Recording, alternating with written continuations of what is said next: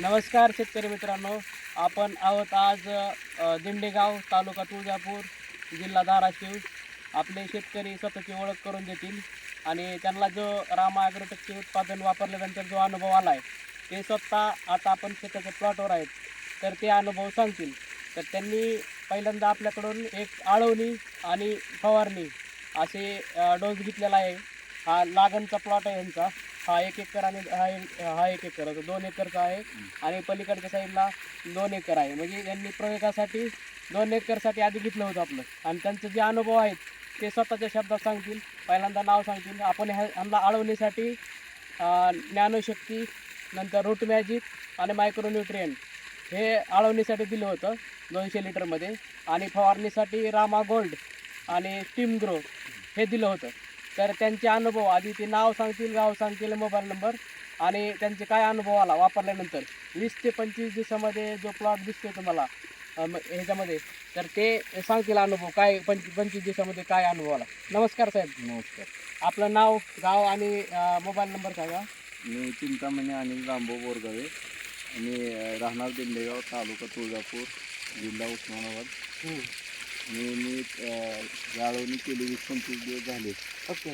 त्यामध्ये थोडं मोठं ऊसाचा कलर पण चांगला आलेला आहे, फुटवायची क्षमता बी वाढली आहे आणि आहे फरक म्हणजे जाणवला मला. फरक जाणवला तुम्हाला? म्हणजे तुम्ही ह्याच्या आधी तुम्हाला माहिती नव्हती ह्याची, तुम्ही रासायनिक वापरत होता आणि आज ज्यावेळेस तुम्ही जैविक खते आपले रामा ॲग्रोचे वापरल्यानंतर तुम्हाला समाधान मिळालं. म्हणजे प्लॉटमध्ये एका चाळवणीमध्ये जी कॅनॉपी दिसते तुम्ही किंवा फुटवाची संख्या, नवीन फुटवाची संख्या पण वाढलेली आहे. जवळजवळ 15 ते 16 फुटवे एका ह्याच्यामध्ये दिसतात बेटाडामध्ये.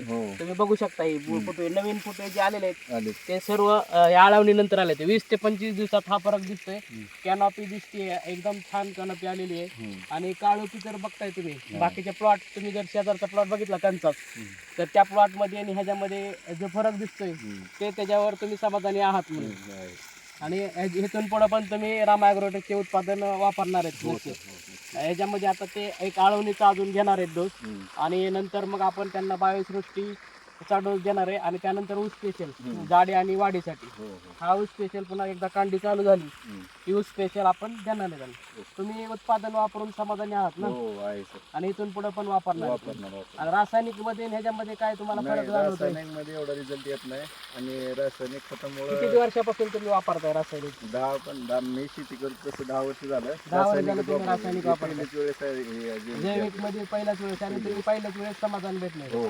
तुम्हाला पहिल्यांदा विश्वास बसत नव्हता किंवा होईल का नाही रिझल्ट, पण आज तुम्हाला घेतलं अनुभव आता. हा अनुभव घेतलाय तुम्ही आणि तुम्हाला लक्षात आले किंवा जैविक मध्ये मुळात म्हणजे रासायनिक खताची किमती पण कमी आहे. हा म्हणजे रासायनिक बघा शेतकरी मित्रांनो, स्वतः शेतकरी सांगतात की रासायनिक आणि जैविक मध्ये उत्पादनामध्ये तुमची जी प्राइस म्हणजे किमती आहेत त्या निम्म्यापेक्षा कमी आहेत. निम्मेच म्हणजे रासायनिक मध्ये आणि जैविक मध्ये जे किमतीचा फरक आहे तो निम्म्यावरच आहे तुमचा.